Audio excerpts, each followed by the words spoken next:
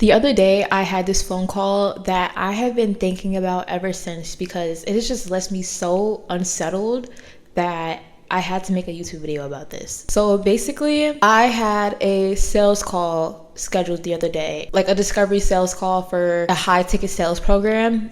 I know, high ticket sales.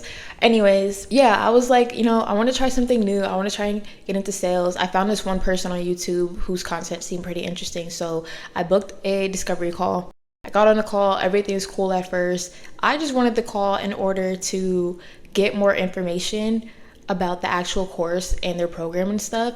But little did I know that it would be turning into damn near a fucking therapy session and leaving me reevaluating my whole entire life. So if you know anything about sales calls, the whole point of a sales call is to build trust and rapport and uncover pain points. So they do this to you by asking you specific questions that are really like calling out what you do and making you realize your patterns. Long story short, I was telling her how I have a bad habit of like starting things and stopping and overthinking and all that jazz and stuff. And she just kept asking me questions like, oh, so why do you think you do that? Or how is this time gonna be different? Those type of questions. And for me to just be sitting there yapping about what I do, telling her what I do as I'm doing it like mid-action was actually embarrassing as fuck, yet humbling. She literally was calling out my patterns that I do and making me realize that I was doing that pattern in the middle of talking about that pattern. And that was just so humiliating. Like I literally had that switch in my head like as I was talking to her, and I was like, hold on. This is familiar. And it left me thinking the whole night and just going to bed thinking to myself, I don't know what the actual fuck just happened, but I can't keep doing this. And that's when I realized that the art of a comeback doesn't start with discipline or routines. It starts with disgust. Because let me tell you, for me to be on that call and having her clock me so hard, in a nice way, but making me realize that in my head, I was like, what the hell? And what I actually mean by this is that having like a comeback doesn't start with you deciding to lock in and be disciplined and motivated or inspired and all that other jazz. You literally have to be so disgusted and like no longer tolerating your bullshit and your own excuses anymore. So I feel like everyone at some point in their life has said to themselves, I can't keep doing this anymore. But a lot of times they say it and don't actually mean it. But there will be a time in your life when you say it and you actually mean it. And it's not because you're like motivated or inspired. And it's not because you're like desperate to change either. But it's because, like I said, you're disgusted. And by disgust, I mean the discomfort of staying the same just becomes so undeniable. Like there's something just so sobering about being confronted with yourself unfiltered. And for me, that moment was having my patterns mirrored back to me in real time as I was doing it. Like for me to be explaining my life to her out loud and just hearing in my head how repetitive it sounds, because I've always had these conversations with myself in my head all the time, and realizing that I do it all the time and having her mirror that realization on me, it just gets to a point where you're not just fed up with your own shape, but you're just disgusted. It's kind of that same concept where like if there's like an overweight person and they know that they're overweight and they keep saying like, oh, like, I'm gonna go to the gym, I need to work out or whatever, but I'll do that like a different day, maybe next week. But like, I probably should work out, but I don't know, and I should eat better too, but I don't know, I'll start next week. And then they try to get on a plane and they can't fit in the one seat, and they have to ask for like the seatbelt adjuster thing, or they have to book double seats, and they're just like so humiliated on the flight.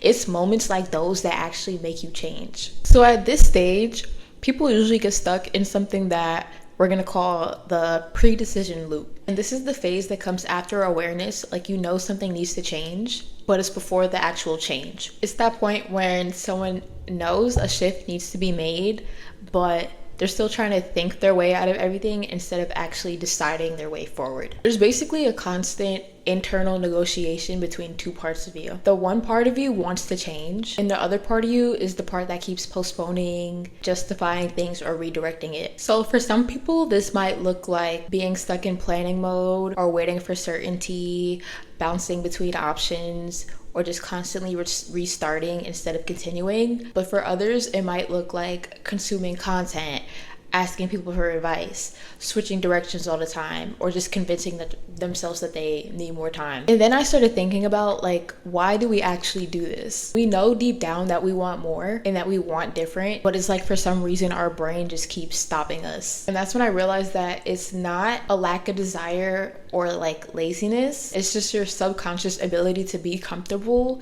tolerating being in that pre-decision loop. And the way to escape that loop is not clarity, but it's when your tolerance for staying the same runs out. Like, you guys know how there's a saying that trust is earned in drips and lost in buckets? The same thing applies for yourself. If you keep telling yourself stuff like, I'll start next week, and you don't, or let me just research a little more, and then you binge YouTube until you spiral, or you just tell yourself, I'm just not disciplined, this is just how I am, and you believe it. That's how you're losing your self-trust in buckets. It's like how there's that one girl who is always ranting to you about how shitty her boyfriend is, and then you give her advice and she ignores it and stays with him. You start thinking to yourself, like, why do I even bother with her? She's not going to listen to me anyways. That becomes the same dynamic between you and your brain. Because every time you tell yourself you're going to do something and you don't do it, you weaken your self-trust. And it gets to the point where your brain genuinely starts to believe it. And I feel like the only way to break this loop is when your tolerance for yourself runs out. Because in this age of glow up and lock-ins and all that other shit, which I actually can't stand, it's genuinely annoying as fuck. But the internet makes it seem like all you have to do in order to change your life is just wake up at 3:45 a.m. and go to the gym 5 times a day and take a cold shower and journal in the shower and drink 20 gallons of water a day and all that stuff. And they just tell you to just be disciplined and just start. But if it was actually that easy, then everyone would be doing it. And you wouldn't be here watching this video right now. People fail to realize that when you operate a certain way for so long, your brain is wired to do things that way. So when you get used to these patterns, it's genuinely hard to get rid of them. It's basically like your brain having default settings that it always resets to. And I hate to say it, but your brain needs more than a Pinterest vision board or the clock striking 12 on New Year's to override those default settings. The reason why we stay stuck in these old ways is because your brain prefers familiar pain over unfamiliar effort. When you try to start changing things in your routine and changing the way that you act,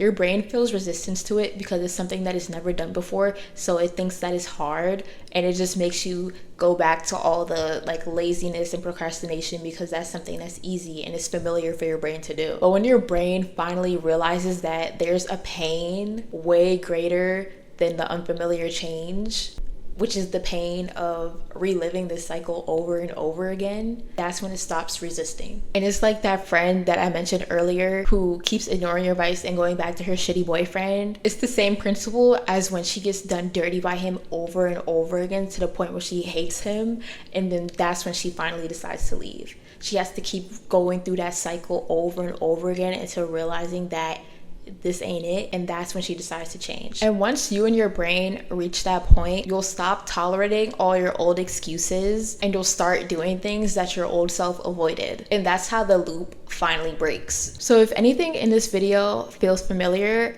now you know why. Because if you're someone like me who has reached the end of their own tolerance for themselves and their bullshit, this is the uncomfortable truth that nobody wants to admit. At the end of the day, changing is hard, but staying the same is harder. You don't need another 3 a.m. Pinterest rebrand. You don't need another 20-step action plan, and you don't need another vision board.